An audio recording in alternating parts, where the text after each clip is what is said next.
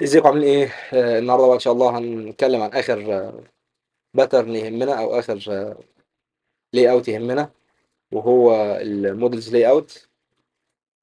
وهنبدا على طول ان احنا هنروح على الكومبوننتس فولدر، ونبدا نضيف الفايل الخاص بالموديل دوت جي اس اكس، ونبدا نعمل اكسبورت للكود بتاعنا. هنعمل بقى اكسبورت للموديل، وهنريسيف برضو some props.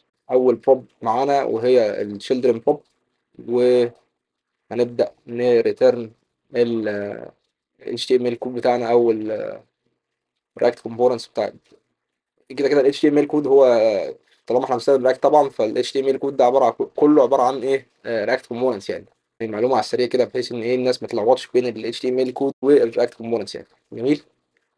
بعد ما عملنا اكسبورت للموديل بتاعنا وعملنا ريسيف للشيلدرن از بروب، هنستخدم يوز ستيت بسيطه كده نحط فيها الشو والسيت شو، بحيث ان ايه نظهر ونخفي الموديل بناء على الايه اليوز ستيت دي يعني. جميل. طبعا كالعاده زي ما احنا استخدمنا قبل كده الستايل كومبوننتس، فهنimporт الستايل كومبوننتس وهنبدا نكريت الموديل باك جراوند بتاعنا، وهو عباره عن ديف يعني. وكمان هنبدأ نكريت الموديل كونتنت برضو عبارة عن ستايل ديف من الستايل كومبوننتس. جميل. ونبدأ بقى نظبط الكود بتاعنا. هنريتيرن كبيرنت تاج الموديل باك جراوند، وجواه الموديل كونتنت، وجوه الموديل كونتنت هنحط الشيلدرن بتاعنا، بحيث ان الحاجه تبقى جايه من بره بشكل دايناميك يعني. تحط بقى الداتا اللي انت عايز تحطها في الموديل بناء على التشيلدرن زي ما انت عايز. جميل. ونبدا بقى نستخدم الايه اليوز ستيت بتاعنا. طبعا هنظهر الكلام ده لو الشو بترو، فهنحط الكونديشن بتاعنا لو الشو بترو ابدا ظهر لي الموديل.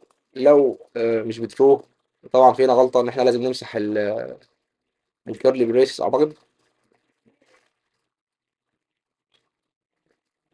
صح، مظبوط، لازم نمسح الكيرلي بريسز. هنعمل شو اند للموديل بتاعنا. جميل. واعتقد احنا محتاجين هنا نراقب كل الكلام ده جوه فراجمنت او جوه رياكت فراجمنت، بحيث ان احنا برضو محتاجين نحط بطن فوق الكلام ده. فهنرجع نحط فهنرجع نحط كل الكلام ده جوه كيرلي بريسز تاني.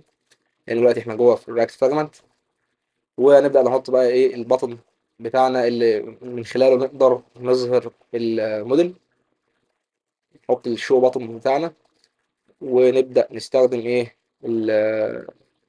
الاون كليك فانكشن، ونبدأ نوصلها ارو فانكشن، وهنسيت الشو بي ترو.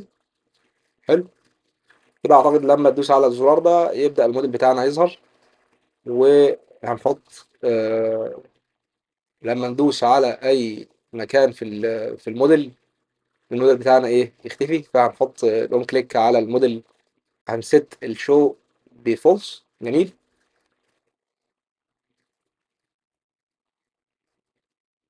وممكن نحط جوه الموديل كونتنت بقى مع الشيلدرن، هنحط زرار وليكن اسمه هايد الموديل، وبرضه هنسيت الشو بفولس. واخر حاجه بقى هنضيفها وهي ان كليك في الموديل كونتنت. هنحط الايفنت دوت ستوب بروباجيشن عشان نوقف تاثير الايفنت لما ندوس على الموديل كونتنت، ما ياثرش على الايه الموديل باك جراوند او البيرنت بتاع الموديل كونتنت يعني. جميل. وبعد كده بقى نبدا الستايلنج الخاص بالموديل باك جراوند، وهنبدا نضيف البوزيشن ابسولوت وليفت والتوب اصفار، والاوفر فلو اوتو، والباك جراوند كلر هنحط اي لون وليكن مثلا لون اسود، او لون يعني ايه قريب للاسود. جميل. وبعدين هنحط ويدث 100% والهايت 100%، وبعدين هنخش على الستايلنج الخاص بيه الموديل كونتنت، وهنبدأ نضيف المارجن وليكن 12% وأوتو، بحيث إن هو يبقى إيه الموديل كونتنت من السنتر.